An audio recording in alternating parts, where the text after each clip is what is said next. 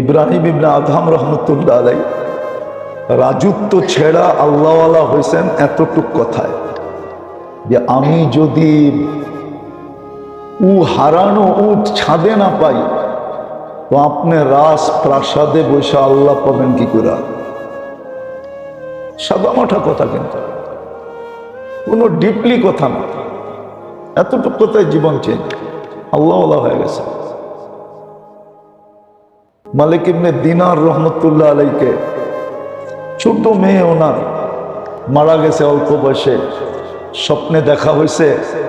তো বাবার হাত ধরা বলছে, বাবা এখনো কি ফিরার সময় আসে নাই? আর কতদিন তুমি উল্টা লাইনে চলবা?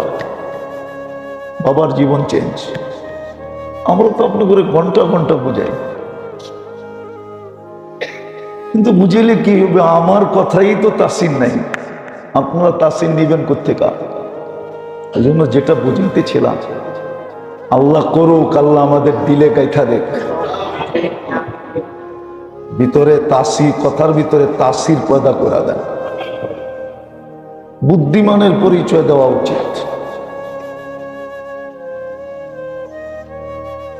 বুদ্ধিমানের পরিচয় দেওয়া উচিত, মূল্য থাকতে মূল্যায়ন করা উচিত।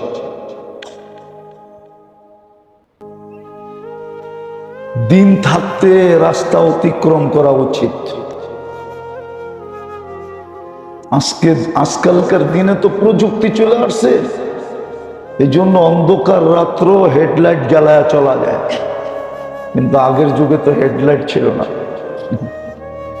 এই জন্য মুরব্বীরা বলতো দিন থাকতে রাস্তা অতিক্রম করো। তো বুদ্ধিমানের পরিচয় দেওয়া উচিত, মূল্য থাকতে মূল্যায়ন করা উচিত। ওটাকে আবার পাঁচটার ভিতরে ঢুকাইয়া দিছেন, লম্বা করেন নাই, আবার মূল্যায়নও করতেছেন, বড় মূল্যায়ন করতেছেন। কসম, এটা আল্লাহর শানে আসে না। আল্লাহর শানে, আল্লাহর মর্যাদার দিকে দেখলে এটা আসে না, এটা বুঝে আসে না যে আল্লাহ বিন্দুর মূল্যায়ন করবে কেন। আমাদের সমাজে আছে অল্প কিছু দিলে নেয় না, কি অল্প কিছু মনে হয় বোঝেন তো জান না। বান্ডেলটা ওর মর্যাদা অনুযায়ী হইতে হয়, ঠিক না? এখনো বোঝেন নাই, আর কবে বুঝবেন? বান্ডেলটা ওর কি মর্যাদা অনুযায়ী হইতে হয়। আল্লাহ কিন্তু বান্দার জাররারও মূল্যায়ন করেন, এটা আল্লাহর শান হিসাবে।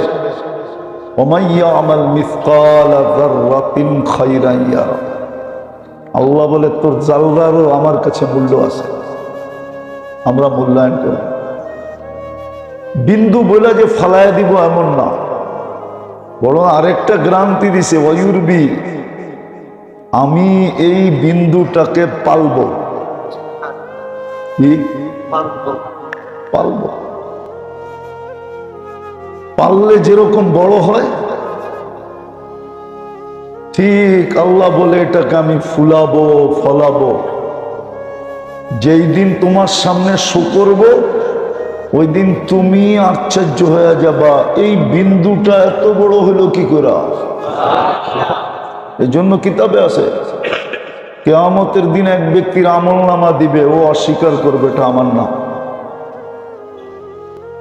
ও বলবে এটি আমার হইতেই পারে না, আমি ছিলাম ওই কয়দিন, আর আমি কোন স্তরের মানুষ,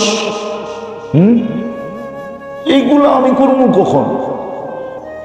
মনে হয় আল্লাহ ভুলে চলে আসছে, ভুলে কারোরটা আমারে ভুলে দিয়া দিছেন। আল্লাহ পাশে বসায়া ওকে বুঝাবে যে এই এই এই পদ্ধতিতে এটা তোমার। তখনও ওর মনকে বুঝাইতে পারবে না, কিন্তু স্বীকারোক্তির শব্দ বোঝা যায়, ওর মনকে বুঝাইতে পারে নাই। ও শেষমেশ বলবে ইদান ইয়া রব্বি লি, আপনি যখন বলতেছেন তাইলে আমার, তাইলে, কিন্তু আমার মন বলে না এটা আমার। আপনি যখন বলতেছেন, অনেক সময় হয় না, ওই লোকটা তোমার আত্মীয়। আমি তো চিনি না, আপনি যখন বলতেছেন তাহলে হইব। আমি তো চিনি না, আমি তো মা বাবার থেকে শুনি না উনি আমার আত্মীয়। কিন্তু আপনি যখন ঘুরায় ঘুরায় বলতেছেন খালার খালার খালার খালার খালার খালার খালু, এটা আমার আত্মীয়। ওই মশটা আল্লাহকে এরকমই বলবে। আপনি যখন বলতেছেন তাইলে আমার, কিন্তু আমার মন বলে না এটা আমার। এই জন্য মেরে দোস্ত আসেন, মূল্য থাকতে মূল্যায়ন করে।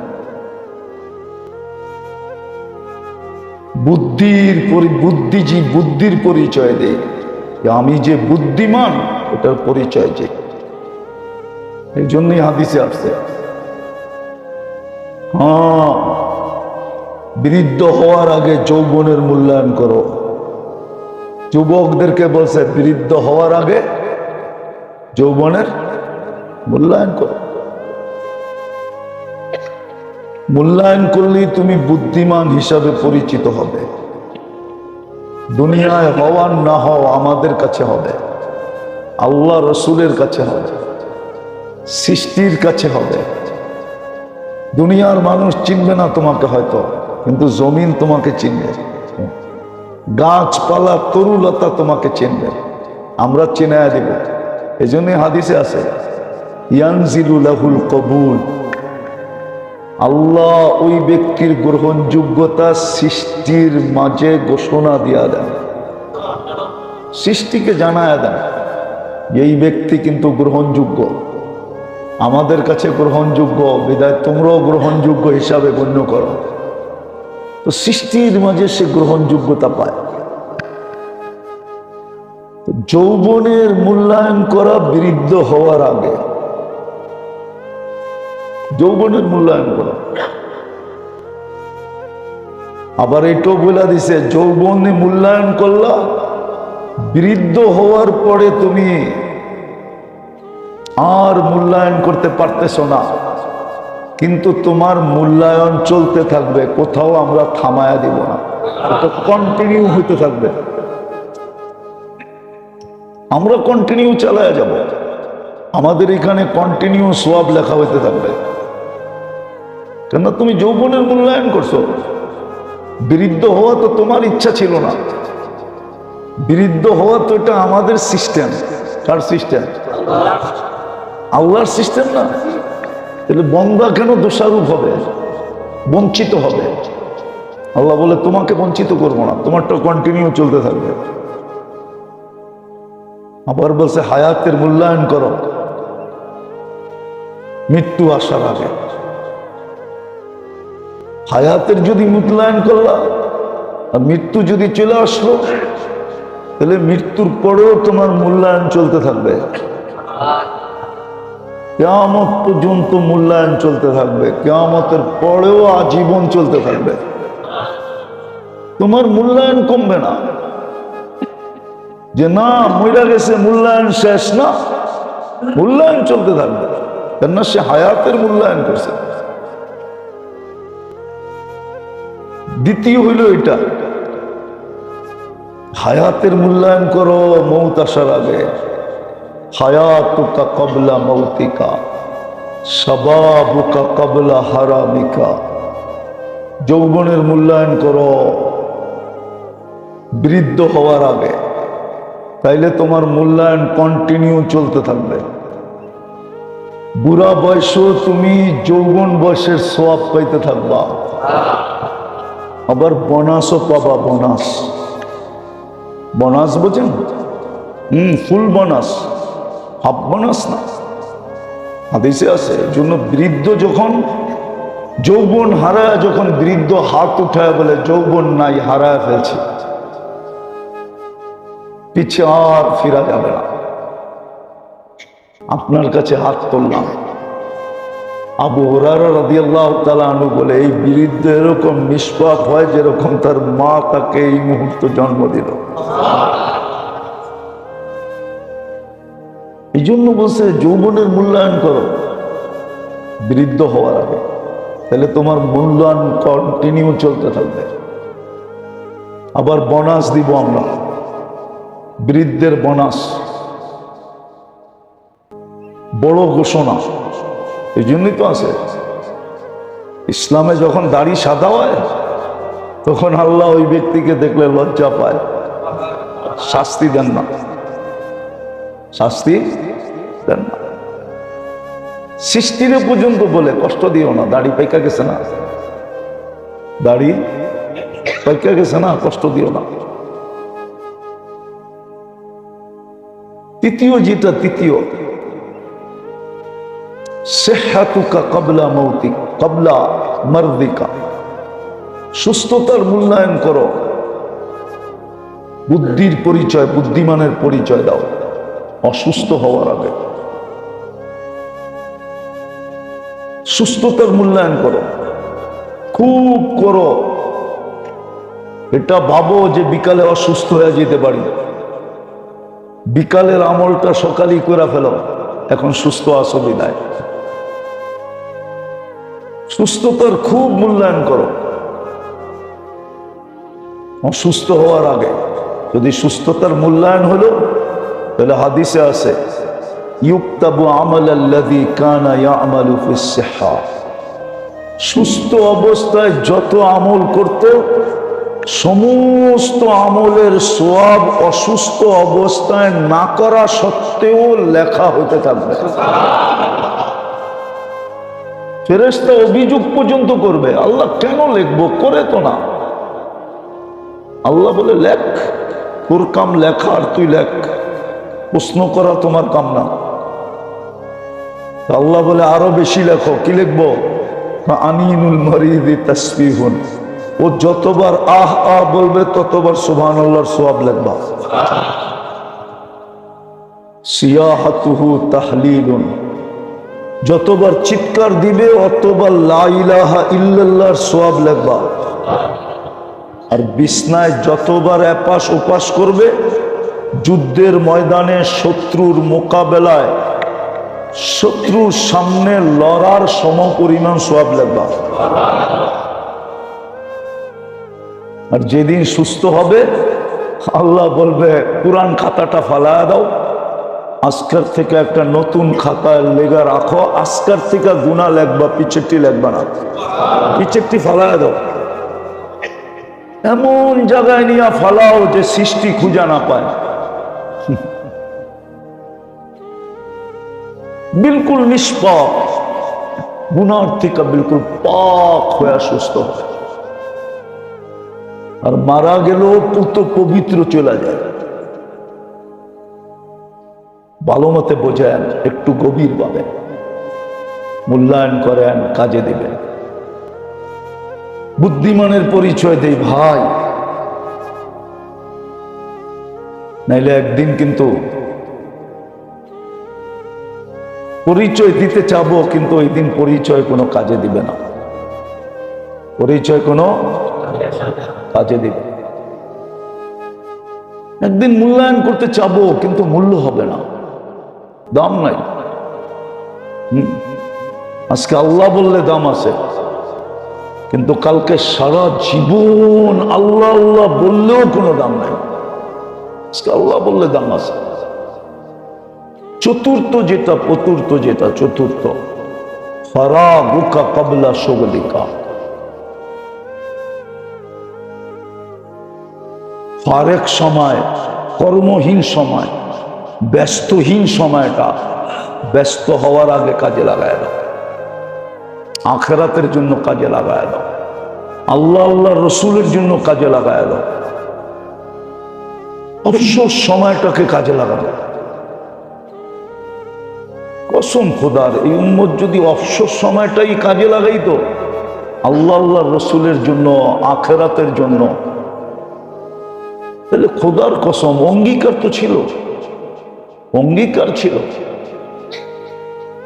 আমাদেরকে তো এইভাবে পালার অঙ্গীকার ছিল না, যেইভাবে আমরা বর্তমানে লালিত পালিত হইতেছি, এইভাবে আমাদেরকে পালার অঙ্গীকার ছিল না। কোরআন তো বলে লাহুম রিজকুন কারীম, আমাদের সাথে তো রিজকে কারীমের অঙ্গীকার ছিল, আমাদের সাথে রিজকে কারীমের অঙ্গীকার ছিল। কোরআন বলে লাহুম রিজকুন কারীম, এই অঙ্গীকার আমাদের সাথে ছিল। বর্তমানে আমরা যেভাবে লালিত পালিত, এইভাবে আমাদের সাথে অঙ্গীকার ছিল না। বলেন তাইলে হইতেছি কেন? ওই যে বললাম না, অবসর সময়টা তো কাজে লাগাই না। অবসর সময়টা তো ফালতু কাজে লেগে যায়। যদি ঘুমাইও কাটাইতাম তাইলেও একটা কাজে লাগতো। আমরা তো ঘুমাইও কাটাই না, ফালতু কামে কাটাই। গ্রামগঞ্জে যায় দেখেন, বাজার, চার দোকান, অলি গলিতে ঘুরলে দেখা যায় কেউ টাস লয়া বয়া আছে, কেউ কি লুডু লয়া বয়া আছে, কেউ ক্রাম বোর্ড লয়া বসা আছে, কেউ 16 গুটি লয়া বসা আছে, আর নাইলে কেউ গিবত লয়া বসা আছে। সারাদিন নাইলে দেখবেন আজে বাজে আলোচনা, বললে আবার মিডিয়ায় কথা চলে যাবে কিনা। আমার তো মনে চায় একটা এজেন্সি খুলি, যে বাংলাদেশের প্রত্যেক মানুষ এত রাজনীতি বুঝে, দেখি কিছু এক্সপোর্ট করা যায় কিনা দুনিয়ার কোনো দেশে। মিডিয়ায় দিলে হয়তো কেউ চাইলেও চাইতে পারে যে আমার ঘরে 2-1 ডজন পাঠাও। দেখবেন আজে বাজে পেঁচাল নিয়ে সারাদিন সময় কাটাইতেছে। অথচ হাদিস বলছিল ব্যস্ত হওয়ার আগে অবসর সময়টাকে কাজে লাগাও, আল্লাহর জন্য, রসুলের জন্য। বুদ্ধিমানের পরিচয় দাও। আমি বিভিন্নভাবে বুঝাইলাম আপনাদেরকে। আল্লাহ কিন্তু বড় মূল্য দিবে, কিন্তু যুক্তি বলে দেওয়ার উচিত ছিল না। মানুষের কাছে মানুষ ঠেকা গেলে তো দাম কমায় দেয়, আল্লাহ তো কমায় দেয়, আরো বাড়ায় দেয়। সর্বশেষ যেটা পুরাটাকে 5টার ভিতরে ঢুকাইয়া দিছে। গিনাউকা ক্বাবলা ফাকরিকা। সম্পদ একদিন হাতছাড়া হয়ে যাবে। একদিন সম্পদ একদিন আপনার কাছে থাকবে না। থাকবে? থাকবে না। এই জন্যই তো মরার সময় ফেরেশতারা কানে ধ্বনি দেয়, জাহাবাতিল আমওয়াল। যা অর্জন করছিল সব তোমার হাতছাড়া হইতে চলছে। চাবি কাল সকালে আর তোমার হাতে উঠবে না, দোকান আর তুমি খুলবে না, ক্যাশে আর তুমি বসবে না, টাকার বান্ডেল আর তুমি গণবে না, কেউ আর তোমার সাথে যোগাযোগ ব্যবসায়িক ভাবে করবে কোনোভাবেই করবে না। জাহাবাতিল আমওয়াল। এখনই হাতছাড়া হয়ে যাবে, আমরা টান দিলেই হাতছাড়া। আল্লাহ বুঝাইতে চাইতেছেন, গিনাউকা ক্বাবলা ফাকরিকা।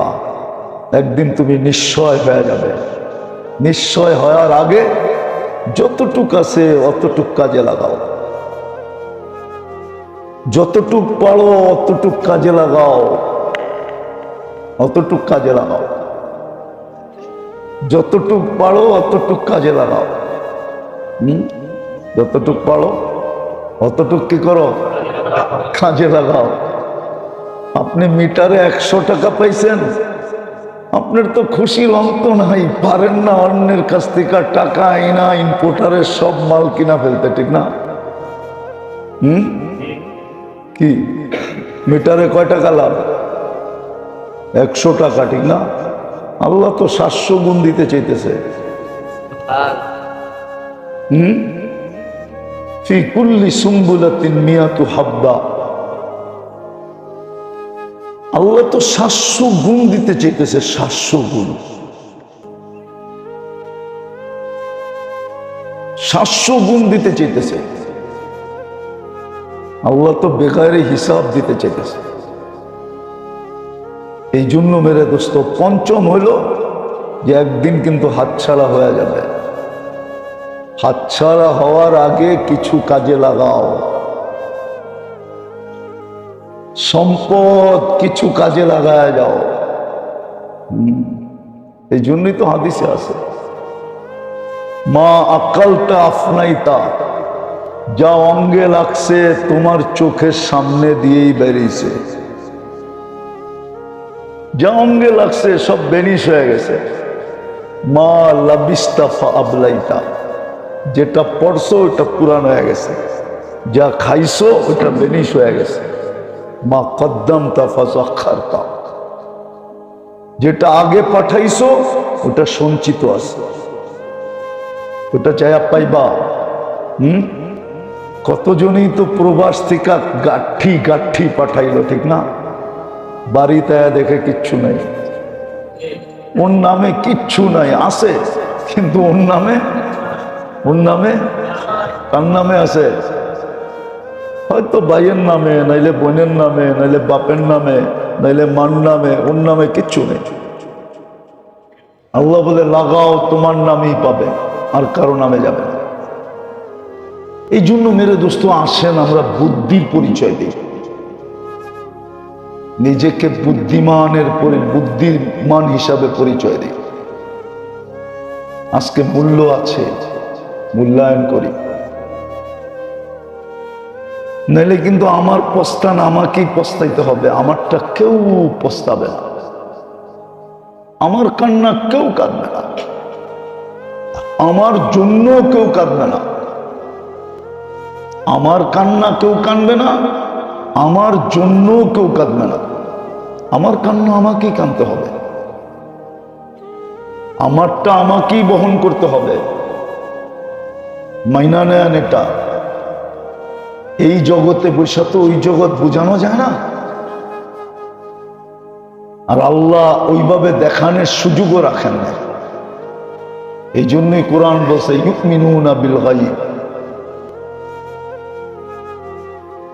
গায়েবেরটা যদি বিশ্বাস করো আর ওই অনুযায়ী যদি বুদ্ধির পরিচয় দাও, তাইলে তুমি জ্ঞানার হবে। উলাইকা হুমুল মুফলিহুন, এটাও কোরআনের ঘোষণা। তুমি সফল হবে, এতে কোনো সন্দেহ নেই। তুমি সফল হবে, তুমি চিৎকার দিবে, খুশির চিৎকার তোমার মুখ দিয়ে বাহির হবে। কোরআনে চিৎকারের কথাটা আছে, হা বইলা চিৎকার দিবে, হই বইলা তুমি চিৎকার দিবে, খুশির চিৎকার তোমার মুখ দিয়ে বেরিয়ে, আরশ কাঁপা যাবে, ফেরেশতা তাক লাগা যাবে। এত বড় চিৎকার কেন? একজন আরেকজনকে বলবে খুশির চিৎকার কামিয়াব হয়ে গেছে। খুশির চিৎকার, খুশিতে চিৎকার দিতেছে। এই জন্য বুদ্ধিমানের পরিচয় দিতে, নাইলে কিন্তু আমাদের চেয়ে নির্বোধ কেউ হবে না। কসম, হতে পারে আমার সমাজের কুকুরও আমাকে দেখা হাসবে, বলে তুই এরকম নির্বোধ হইলি কি করে? এতটুকু বুঝতো আমি কুকুর হয়েও আমার ভিতরে ছিল। যেমন কিতাব কাটলে দেখা যায় শুকরের ভিতরে এতটুকু বোধ আছে যে আমি সৃষ্টির ভিতরে সবচেয়ে নিকৃষ্ট, কিন্তু ঘুমের থেকে ওইটা সে সর্বপ্রথম আল্লাহর প্রশংসা করে। আলহামদুলিল্লাহিল্লাযী খালাকানি আফতারা খালকি, প্রশংসা ওই আল্লাহ যিনি আমাকে অস্তিত্ব দিয়েছেন সৃষ্টির ভিতরে সবচেয়ে নিকৃষ্ট। কিন্তু মানুষকে নিয়ে আবার শুকরও আফসোস করে। এই জন্য সে বলে কাইলা ইয়াকা আউয়ালা নাদরিন আলা মাল্লা ইউসাল্লি, আল্লাহ আপনার ডাক শুনেও যে আপনার ঘরে ছুটা যায় না। আল্লাহ কিন্তু 5 বেলা আমাদেরকে নিজের ঘরে ডাকে। হায়, চিঠি পাঠান না যে আমি বঙ্গভবনে সাক্ষাৎ করতে চাই, কয় মাস পরে সিরিয়াল আসে, দেখেন, মনে হয় বোঝেন না। বঙ্গভবন চিনেন? চিঠি একটা পাঠান না যে আমি সাক্ষাৎ করতে চাই আমার প্রয়োজনে, দেখেন না কয় মাস পরে জবাব আসে। আর আল্লাহ তো নিজের ঘরে ডেলি 5 বার আমাদেরকে ডাকে। আপনি এক বাড়িতে কয় বেলা মেহমান হইতে পারবেন বলেন? বাংলা একটা প্রবাদ বাক্য আছে, শুনবেন? হ্যাঁ, কয় শ্বশুর বাড়ি মধুর হাড়ি, নিত্য গেলে জুতার বাড়ি। মনে হয় শুনেন নাই কোনোদিন? নাই তো আপনাকে শ্বশুর বাড়ি করতে শুনবেন? আছে শ্বশুর বাড়ি? হ্যাঁ, নাই আপনাকে করতে শুনবেন? খালি আমি শুনছি আমার আছে দেখা। আপনার বাড়িতে একজনকে কয় বেলা আপনি মেহমান বানাবেন? আল্লাহ তো নিজের ঘরে ডেলি আমাদেরকে 5 বেলা মেহমান বানায়া ডাকে। মেহমান বানানোর জন্য ডাকে, হওয়ার জন্য ডাকে। এই জন্যই তো শুকর বলে, আল্লাহ আমার প্রথম দৃষ্টিটা যেন কোনো বেনামাজির উপরে পড়ে না। ডাকায় শব্দ বোঝেন? বোঝেন? বলমু লেঙ্গুটি বন্ধু চিনেন? লেঙ্গুটি দোস্ত চিনেন না? লেঙ্গুটি চিনেন না? এরা চিনে, আপনারা চিনবেন না। আপনারা চিনবেন ল্যাংটা বেলার দোস্ত। এটারে ঢাকায় শব্দ বলে লেঙ্গুটি। লেঙ্গুট যখন পড়তো তখনকার বন্ধু। ওই বন্ধুরও তো 5 বেলা বাড়িতে ডাকে না। 5 বেলা গেলে বিরক্ত হয়, ঠিক না? বাড়িওয়ালা না হইলেও বাড়িয়ালি হয়, ঠিক না? পাইছোটা কি প্রত্যেক বেলা ডাইকা লয়ে? আমি কি তোমার চাকর নাকি? কি 2 দিন পরে করবো গাঠটি লইয়া তুমি সদরঘাট যায় থাকো, বাড়িতে যেন তোমার না দেখি, ঠিক না? আল্লাহ তো ডেলি 5 বেলা নিজের ঘরে আমাদেরকে মেহমান হিসাবে ডাকেন। আবার মেহমানদারিও কি দিয়া, কেমন জিনিস দিয়া মেহমানদারি করতেছেন? ওয়াজাবা আলাল মাজুর আন ইউকরিমা যায়ের, হাদিসের শব্দ। আল্লাহ বলে আমি প্রত্যেক বেলা সম্মানের মালা দিয়া মেহমানদারি করি। আবার বলছে 5 বারের বেশি যদি আসি, এটাও বলে দিছে। তাইলে তো কোনো কথাই নেই। এই জন্য আমাদেরকে শিখাইছে, যাকে বেশি বেশি মসজিদে আসতে দেখো তোমরা আগেই সার্টিফিকেট দিয়া দাও যে এই লোকটা ইমানদার। আমাদেরকে ওর ইমানদারির সাক্ষী দেওয়ার হুকুম দিছে, দিয়া দাও ইমানদার। বারবার আমার ঘরে আসে,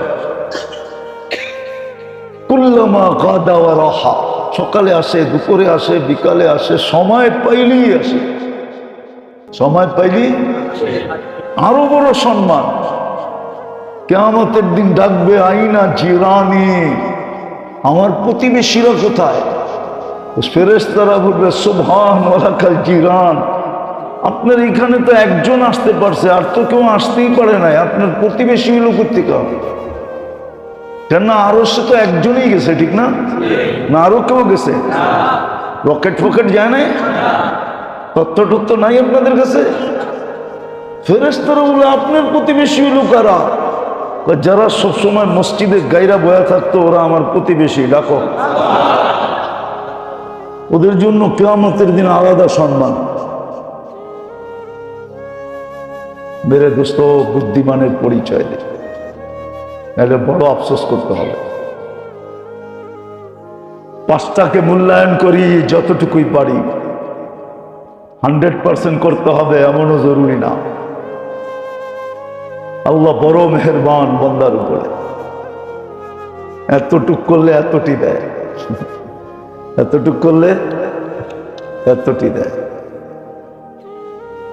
আপনি 1 ঘন্টা মূল্যায়ন করবেন, আল্লাহ 10 ঘন্টা লিখবে। আপনি 2 ঘন্টা মূল্যায়ন করবেন, আল্লাহ 20 ঘন্টা লিখবে। আপনি 3 ঘন্টা করবেন, আল্লাহ 30 ঘন্টা লিখবে। দিন রাত 24 ঘন্টা, তারপরও 6 ঘন্টা এক্সেস। মূল্যায়ন করেন, নইলে বড় পস্তাইতে হবে। দুনিয়া কয়দিন? হাদিস তো মেসাল দিয়ে বুঝাইছে, এই উম্মতকে আল্লাহ রসুল মেসাল দিছে। তোমাদের সময়টা কতটুকু জানো? হ্যাঁ, তো বলছে সাহাবা কতটুকু? বলছে আসর থেকে মাগরিব পর্যন্ত। শীতের দিনে আসর থেকে মাগরিব কতটুকু? মনে হয় আসর নামাজ 4টায় পইরা বাইরেতে দোকানে যায়া 4 পেলাটায় চুমুক দেওয়ার আগে মনে হয় মুয়াজ্জিনে আজান শুরু করে। আর কি কয়, চাটাও খাইতে দিল না, মেরা দিছে। চাটাও খাইতে দিল না, মেরা দিছে। কি? আজান। আল্লাহর রাসূল বলছে তোমাদের সময় এতটুকু।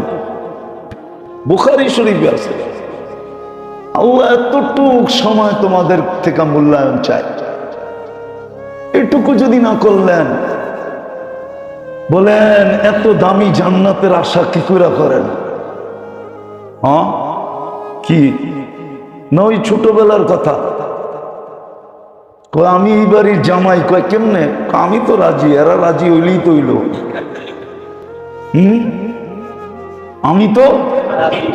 আমি তো এরা রাজি। হ্যাঁ, লোকেরটাই বলে একটা চটকনা দিয়া কইছে এরা রাজি। তুই কই এরা কই? বাবন হয়ে চাঁদের দিকে চাঁদ ধরতে চাস, ঠিক না? শুনলে প্যাকেট করে বাড়িতে পাঠায় দিব। কাহিনীটা আমি একটু ঘুরে বললাম আর কি। কোনটা পোলাপান আছে না, দুইজনে যেতেছে জমিদার বাড়ির পাশ দিয়ে। কয়টা আমার শ্বশুর বাড়ি। কয় কেমনে? আমি তো রাজি। ভিতরেরতে হনলে প্যাকেট করে বাড়ি পাঠায় দিব। তো যদি মূল্যায়নই না করতে চাই, এত বড় জান্নাতের আশা রাখি কি করে? বলেন না। যদি একটু হাসায় বললাম, পাবেন? এত বড় জান্নাতের আশা কি করে করি যদি এতটুকু মূল্যায়ন করতে না চাই? আল্লাহ আমাদেরকে বুঝার তৌফিক দান করেন। আগামী মাসে কয় তারিখে? 21শে ডিসেম্বর, যদি আল্লাহ বাঁচায় রাখে। দেখি 21শে ডিসেম্বর আছে না নাই, ক্যালেন্ডারে আছে কিনা। 21শে ডিসেম্বর যদি ক্যালেন্ডারই না থাকে তাহলে করতে হইব।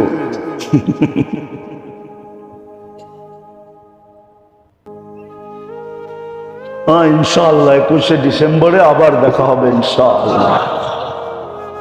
এই জন্য মেরে দোস্ত মূল্যায়ন করি। শেষ কথা, যদি মূল্যায়ন না করতে পারেন তাহলে সারাদিন সরি সরি বলতে থাকেন।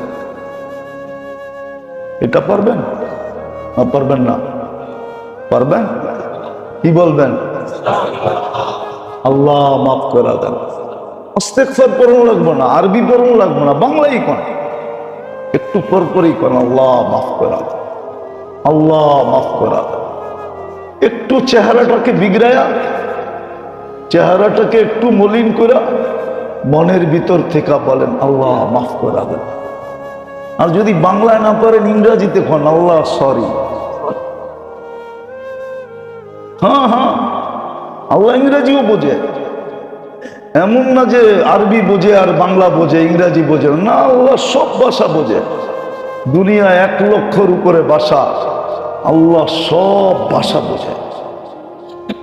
মূল্যায়ন করতে পারেন না, মাফ চান। আমি তো আমার সমাজের শিক্ষিত সমাজকে বলি, আমার যে সুশীল সমাজ আছে, শিক্ষিত, বুদ্ধিজীবী, হাই এডুকেটেড, উচ্চ পদস্থ।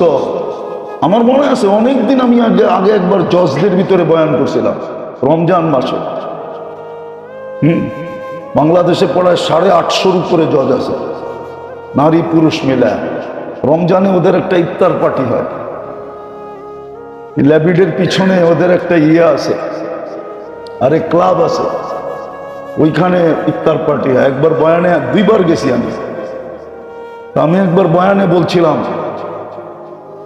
যে আপনারা 4টা কাজ করেন। আমি জানি আপনারা যেখানে বসে আছেন আমার মতো হতে পারবেন না। জুব্বাওয়ালা, দাড়িওয়ালা, টুপিওয়ালা, পাগড়িওয়ালা, সাগরিওয়ালা, তসবিওয়ালা হতে পারবেন না। কেননা কিছু পজিশন এরকম আছে, ওটার কিছু বাধ্যবাধকতা আছে। ইচ্ছা করলেই হওয়া যায় না। ইচ্ছা করলে কি করা যায় না? হওয়া যায় না। নতুন জামাই শ্বশুর বাড়ি গেলে মুখে রুমাল রাখতেই হয়, এটাই সিস্টেম, ঠিক না? কি রুমাল ছাড়া গেলে মানুষ কি কয়? শরম নাই, বেশরম, ঠিক না? আমিও বুঝি, কিন্তু আপনারা 4টা কাজ করেন। এই জন্য আমি মিডিয়ার মাধ্যমে আমার সুশীল সমাজে বলতে চাই, শিক্ষিত পদস্থ 4টা কাজ করুন। হককে হক বইলা স্বীকার করা, হককে কখনো বিরোধিতা না করা, আল্লাহ রসুল কোরআন হাদিস হক, এটাকে হক বইলা স্বীকার করা, এটার কখনো বিরোধিতা না করা, যারা চলে তাদেরকে ক্রিটিসাইজ না করা। আমি যে চলতে পারতেছি না, এই জন্য চুপে চুপে আল্লাহকে সরি বলা, চুপে চুপে, আল্লাহ আমি পারতেছি না, মাফ করে দিন। চেরুটার দলিল আমার কাছে আছে, কোরআন হাদিস দিয়ে মিলাই দিতে হবে। যেই 4 কাজ করবে, বিশ্বাস ও হেদায়েত নিয়ে কবরে যাবে, ঈমান নিয়ে কবরে যাবে। ঈমান নিয়ে কবরে যাবে। ঠিক আপনারা যদি মূল্যায়ন না করতে পারেন, সারা দিনে কয়েকবার শুধু কি বলবেন? কি কি? আল্লাহ মাফ করে দেন, আল্লাহ, বা ইংলিশে বলেন আল্লাহ সরি, আল্লাহ মাফ করে দেন। যখনই মনে ওঠে দিনে 2, 4, 20 বার, আর লাজিমি এটা করেন ঘুমের সময়। যখন ঘুমাইতে যাবেন তখন হাত দুটা উঠায় ঘুমান, আল্লাহ দিনটা তো কাইটা গেল, শুয়া তো যাব, উঠাইলে না উঠবো, না উঠাইলে তো আর উঠা হবে না, আমি মাপ চায় ঘুমাইলাম, আমি তওবা করে ঘুমাইলাম। এটা করেন, কন্টিনিউ করেন।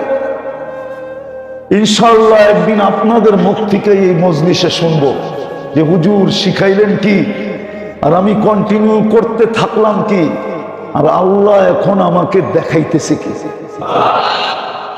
মাঝে মাঝে এরকম ফোন আসে, বিরক্ত হয়ে যায়। সারাদিন প্রোগ্রাম থাকে, এখনো আমি প্রোগ্রামে যাব,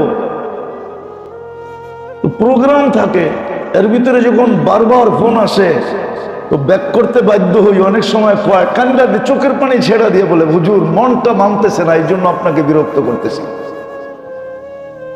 আপনি শিখাইলেন কি, করতেছি কি, আর আল্লাহ দেখাইতেছে কি, এই খবরটা দেওয়ার জন্য ফোন দিছি আপনাকে। আপনারাও দেখবেন ইনশাআল্লাহ, পারবেন।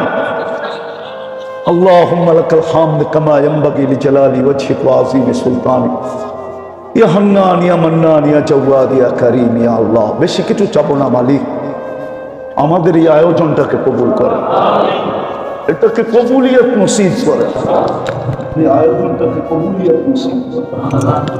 যে কজনই আসে সবাইকে কবুলিয়ত নসিব করেন। যারা আসবে এখানে কবুল হয়ে যাবে, যারা আসবে দিলের হাল পরিবর্তন হয়ে যাবে, যারা আসবে কথাগুলোকে দিলে গাইথা নিয়ে যাবে, যারা আসবে কুদরত দ্বারা কম বেশি আমলদার হয়ে যাবে। আল্লাহ আমাদের এই আয়োজনটাকে আপনি কবুলিয়ত নসিব করেন। এই আমাদের আশাও বেকার, আয়োজনকারীদের আয়োজনও বেকার, যারা শ্রোতা আসেন এদের আশাটাও বেকার।